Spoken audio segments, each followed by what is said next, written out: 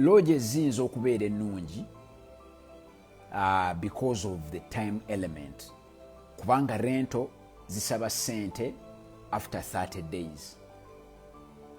Kyokka ate lodge esaba sente mweyo period yennyini. Bagamba n'okugamba short, longo, lufuludde biki, oyo yena gundi bw'atyo.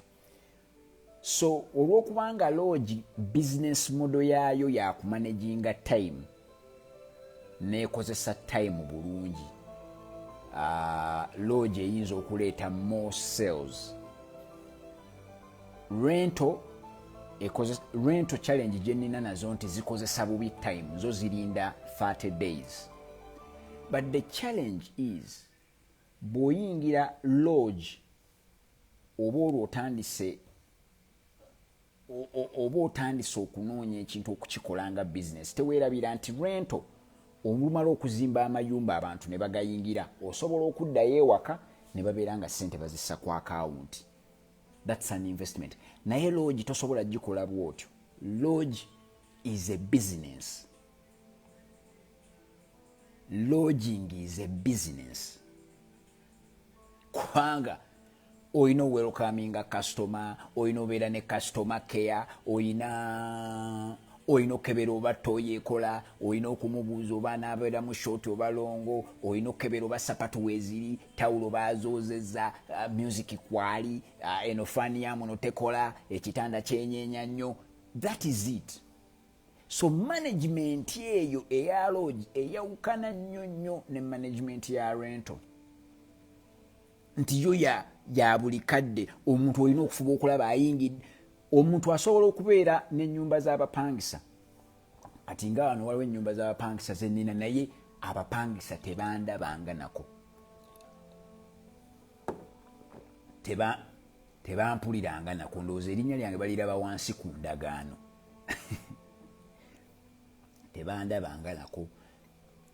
Tekyetaagisa kubeera nga ŋŋendayo era nina gwe nsindikayo.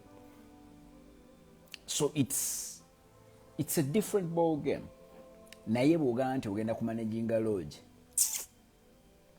olina okubeerawo ndowooza ne kamera, olina okubeerawo ne kanyama, olina okubeerawo ne mulimu munene nnyo. So lodge esobola okulabika nga eyinza okuleeta ssente nnyingi, naye kiggwayo nga kigendedde mu management, how you will manage the money.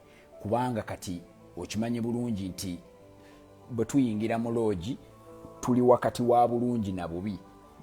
Mulimu abantu ababeera banoonya nga bazze kwebaka numale, nga bw'olaba nti Yesu leero lwe bamuzadde, naye Yesu ekyamuzaalisa mu kiyumba ky'ente, bazadde be banoonya lodge.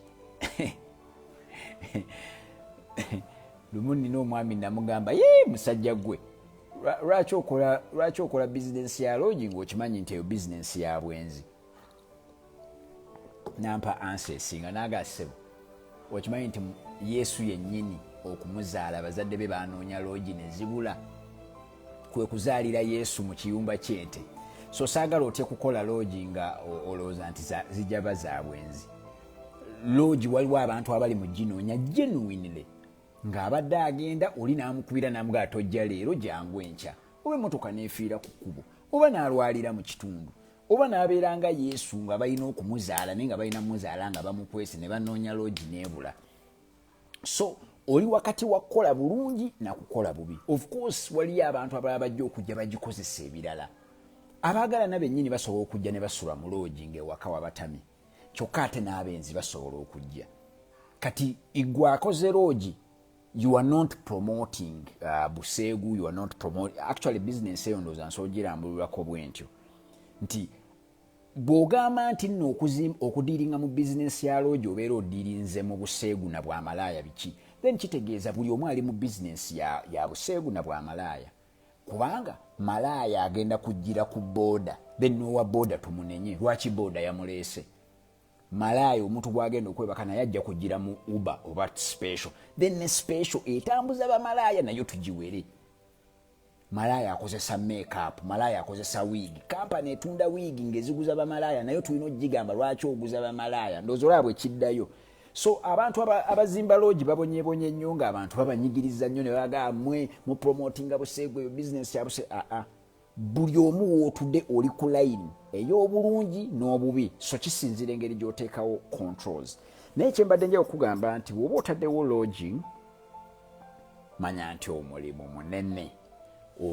munene nnyo than actually you think.